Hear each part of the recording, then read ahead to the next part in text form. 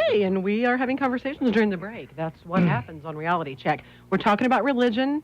I have with me, and I'm not giving you a label, but you know, when people hear the word, that entices them to listen because I think you've like wielding guns and got tattoos like killer or swastika or something on your head. I've got an atheist I do have a tattoo, with me. but it's a Jesus tattoo. It is. The atheist has a tattoo of thorns and... Yeah, it's the word faith with... The word faith with thorns around it. Got it, yeah.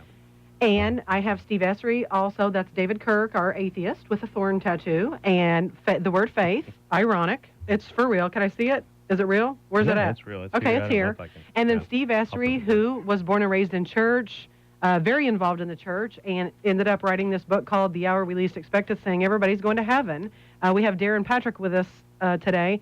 He has been preaching in St. Louis for a long time. They have a church up there called The Journey, huge congregation, and they are gravitating this way in Marion, and 6 o'clock on Sundays, come out to the pavilion right now. They've got it going on over there if you want to check them out. So right before the break, you know, Darrin was saying the only way that he feels that you feel... No. What I was saying is, like, there's a theologian who lived through his family being killed because of their ethnicity, who saw his relatives raped, and all because of their ethnicity. And his contention is the only way that he's not out eye for an eye. This, not just, but historically, the only way you stop the cycle of retribution is to believe there is a God who will judge and make things right. That's hard for me, even, because if somebody killed somebody I love, I may lose it. No, I really probably would lose it, wouldn't you? I don't know. That's just a thought. Anyway, Steve Essary, what do you have to say about that? Everybody. I mean, I have to agree with the point that everybody has somebody that they would like to see burn in hell.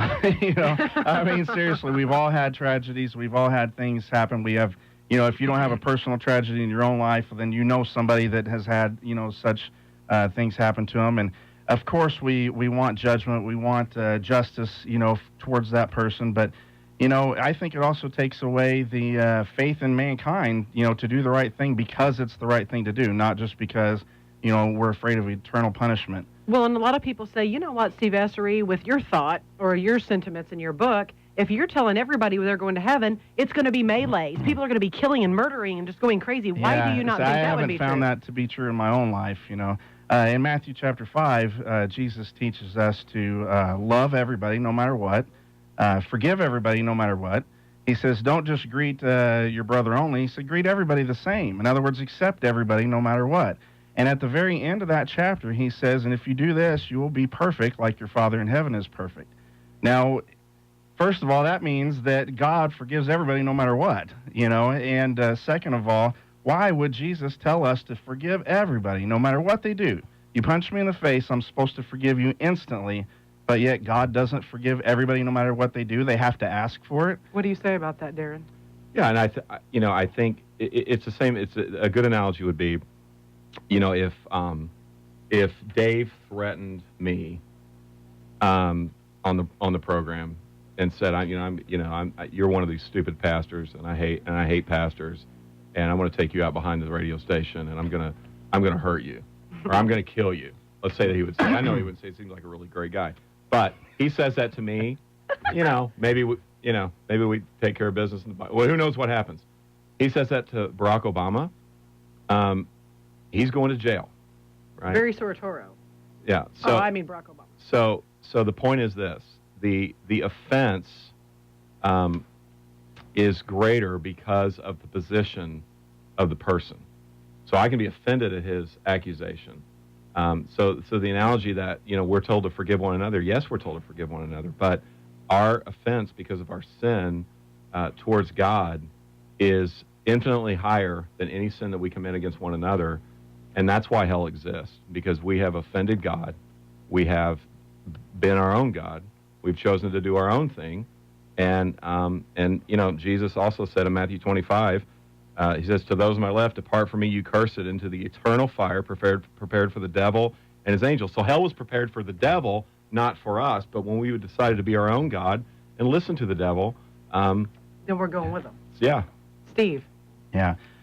We have to remember that Jesus always taught in parables, and it's not a hard thing at all to read that parable and say, oh, this is what this means. You know, anybody that reads the parable of the sheep and the goats is going to first thing walk away saying, yes, some people are going to burn in hell and some people are going to go to heaven forever. But in Matthew chapter 13, Jesus said that he taught in parables to trip people up. And I believe that there is a deeper meaning to every single parable. And if you'll just look a little deeper than the surface, you'll see that there's some good in all of us and there's some bad in all of us. And at that judgment day, which I believe was at the cross, the bad died and the good was raised. In other words, Jesus purchased our forgiveness. And so every sinner that John saw in the book of Revelations, he saw every liar thrown into the lake of fire. That is symbolic of God forgive every single liar. So that image of that liar is gone. He will never look at you as a liar again because he's forgiven you. That's what happens. Whenever I forgive you of something that you've done to me, I say, okay, this is Monica, my friend, not Monica, the one that stabbed me in the back. So I'm going to toss that image away. That's what God did when he forgave us. He tossed that image away, that thing that was against us. So Bin Laden, Pol Pot, Hitler? Stalin, Hitler, those guys are going to be in heaven? Why not? Because there's no difference in them and us except for the way we look at them. And according to the Bible, if you break one law, you've broke them all. So if you've lied one time, you're as guilty as the murderer. So, yeah, it's easy to look at those guys and say, yeah, these guys are really bad guys, and, you know, I'm not particularly a fan, you know, of them being in heaven. But look at the old lady down the street. Is this why you got out of the whole thing, David?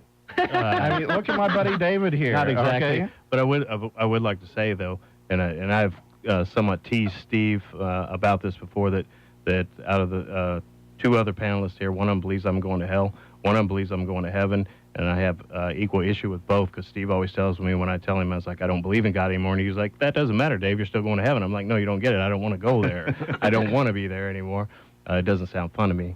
But that is a issue. And just to be clear, you know, people always say, you know, don't you sound fun to me, he said. Well, people say, you know, don't you feel hopeless? And surely you can't believe that you just die. So you believe when you die, done. That's it. Just Yeah. like I don't remember before I was born, I'm not going to remember when I'm dead. Exactly. To you, that's it. Absolutely. I have a question for maybe any of you three. According to Christian law and what I've learned over my life, if I am a murderer and I have killed 50 people, and then if I have sincerely said, please forgive me for my sins, I know this was wrong, God, please wash me of this and make it okay, that's going to be all right. But if I'm a little old lady that never went to church, never heard about God, and never accepted God, I'm burning in hell, but the murderer's going to heaven? I would have told you that when I was a Christian. Do you agree with that? Yeah, let me explain it this way. Oh! So That makes me angry. no, I'm not saying. No, I'm saying let me explain. Okay. Let me explain it. Because the little old lady in the Because burning hell the is same hard for me argument to can be grasp. made. I mean, the same argument can be made. I have Muslim friends. I have Hindu friends. I have you know. And this is with my Jewish buddy the other day. The reason why Christianity is unique amongst all the other world religions and any other religion is every other religion says, I do, and then God blesses me.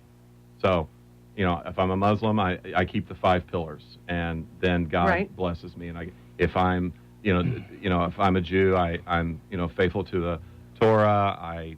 I keep the high holidays, and then God blesses me. Every religion, and our hearts work this way, even if we're not religious, we justify ourselves by what we do. And we say, because I do this, this gets God's smile.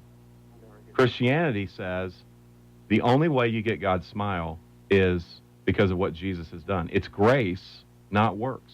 So it's not what we do, it's the grace of God. So then how can we point to somebody like Stalin and say, I mean, on one hand you say that it's not our works that gets favor with God, but then on the other hand we'll say these murderers are going to go to hell because of their evil works. You know, we're all the same. That the law was given to trip us all up, to prove that everybody's the same. Right, but there's a multitude of passages that tell us to believe in Jesus, to trust in Jesus. There's a multitude of passages that tell us to tell people about Jesus as the only way, the truth, and the life.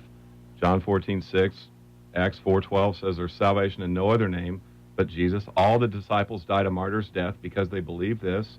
The church is growing in India and China and all over the world in Africa people who believe this. It is the core of the Christian message, and your belief, while it is very popular, is outside of Christian orthodoxy. And I like I said, I have compassion towards it because I would love for that to be true.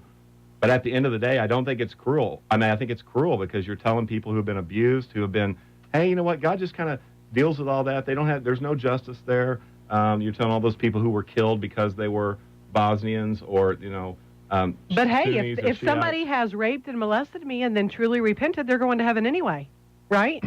Right. So that's and scary. on the flip side of it, I think that the hell doctrine is cruel because if it is not real, as I intend to prove in my book, and any time in any debate, I'll hold this thought. If hell is not real and we're teaching people that there is a hell, then there's a little old lady out there right now getting ready to fall asleep thinking, God, my son killed himself 10 years ago and he's still burning in hell. And is that not a torture? Is that not a torture to think that your loved one is burning in hell because of something they did? I'm going to have Darrin respond to that when we come back.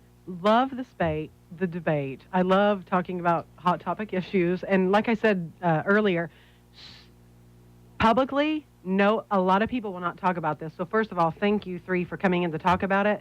Privately, my inbox was flooded. Everybody wants to hear about it. Everybody has an opinion about it, but not a lot of people want to make it public what their opinions are. Thank you so much. We have to take a quick break. Please stay with us. We'll be right back.